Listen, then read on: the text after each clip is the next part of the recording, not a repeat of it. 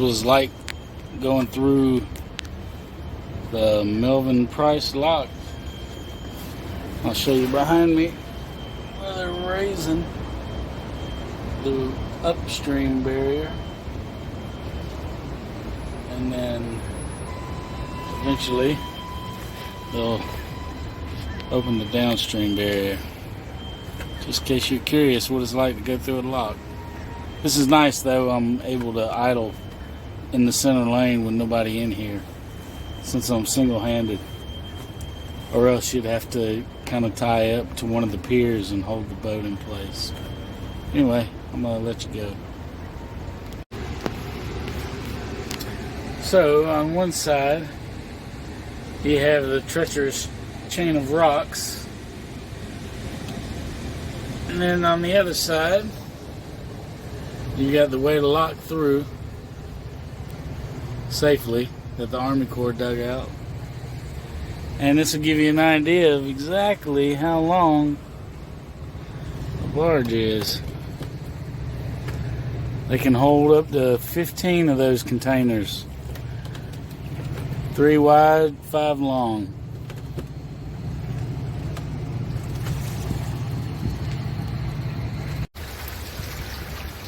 Well, the bad news is the second lock I had to go through had some electrical issues. It was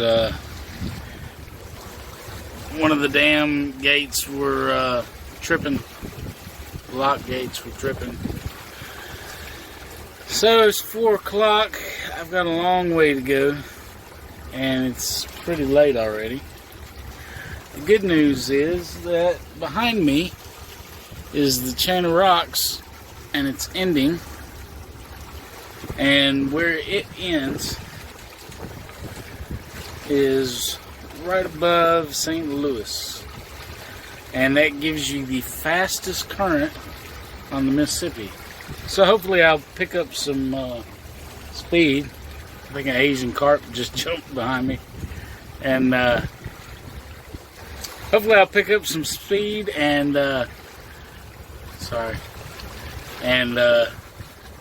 some good footage of the city, although supposedly it moved pretty quick. So we'll see how it goes. Well, just for a reference, and I feel like my hat's crooked. Anyway, just for a reference, when I come out of the Chain of Rocks channel, I was doing 3.07 knots at idle. And right now I'm doing 6.5 knots idling, which is a pretty fast idle. Doesn't feel like it at the moment, but that's what I'm doing right now. So for anybody planning on taking this trip, wondering what to expect, that's yeah, it's around 6.5, 6.6 knots, and that's idling. And I'm still kind of north of the city.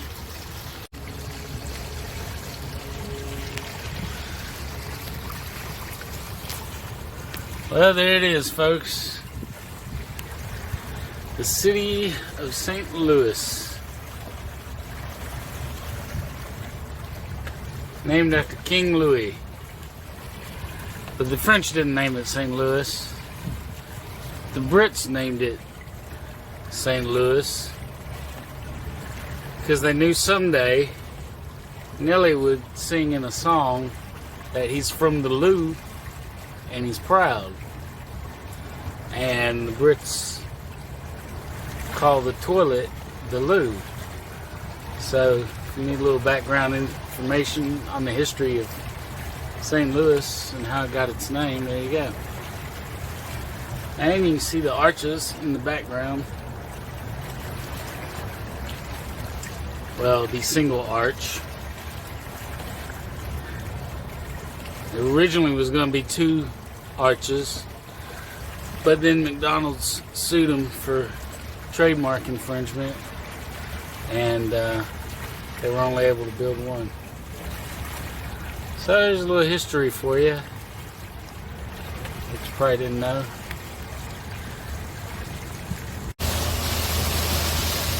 There's a much closer shot of the arch.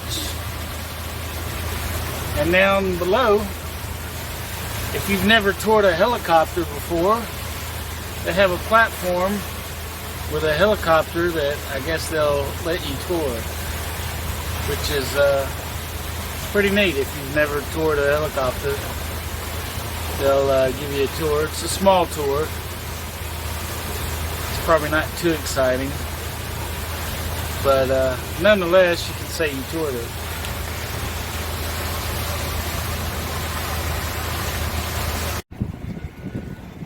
Here's a little short snippet just for the irony of it. But wind vanes.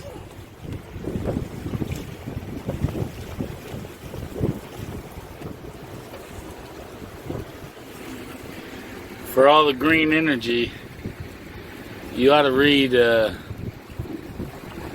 exactly how much fuel it requires to push one of those barges. It's phenomenal. So there's no way around fuel.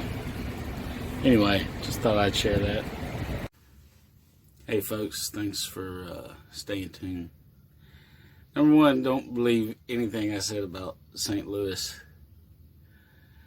If you did, the joke, however lame it was, just went completely over your head.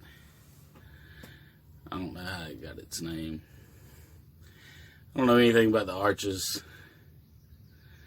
And, I don't know, to a mind like mine, anytime you see a barge with a helicopter sitting on it and a sign that says helicopter tours, you sarcastically think,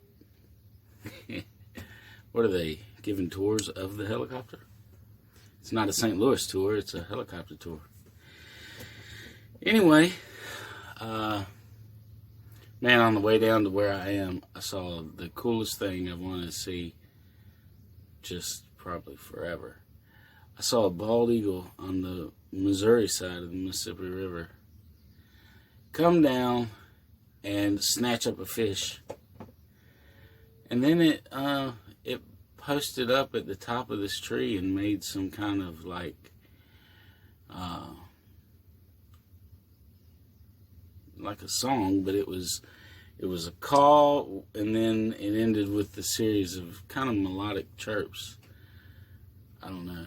I just took it to mean dinner's ready, and it was calling its mate. But anyway, so I stayed the night last night at Costello Lock and Dam. I don't know if you can see it, but right there is where the lock is and where boats would lock through if they're going up the Kaskaskia River. And it was a good night's stay, and it also officially marks the 300th mile I've traveled along this journey, so that's pretty cool. But today I have a long drive. By the way, for any of the boaters out there, from Hoppies down to Kaskaskia Lock, or now it's called Jerry Costello Lock, idling on one engine, I've averaged 5.07 knots. Hopefully I can do that again today. I don't know how long the speed will keep up, but it makes a difference, because yesterday from Hoppies to here was like 36 miles, and I think today I'm going closer to 60. See, yesterday was nice. I got here early. It was like a 7-hour drive, which was just long enough to start getting tired, and then you get to pull over. Today I'm heading out, going south towards Cape Girardeau, I think it's pronounced, and I'll be anchored out in a little diversion channel, and it's twice as long, so it's like a 12-hour boat ride, which is long. It's long on your knees if you got the kind of chair I got and the kind of physique I have. But anyway, it's been good. And like PBS, man, it's thanks to viewers like you, and I appreciate it. I'm humbled, and I hope you're enjoying the content. I hope you enjoy getting to see some of the stuff on the way down, and I'll keep you posted. All right.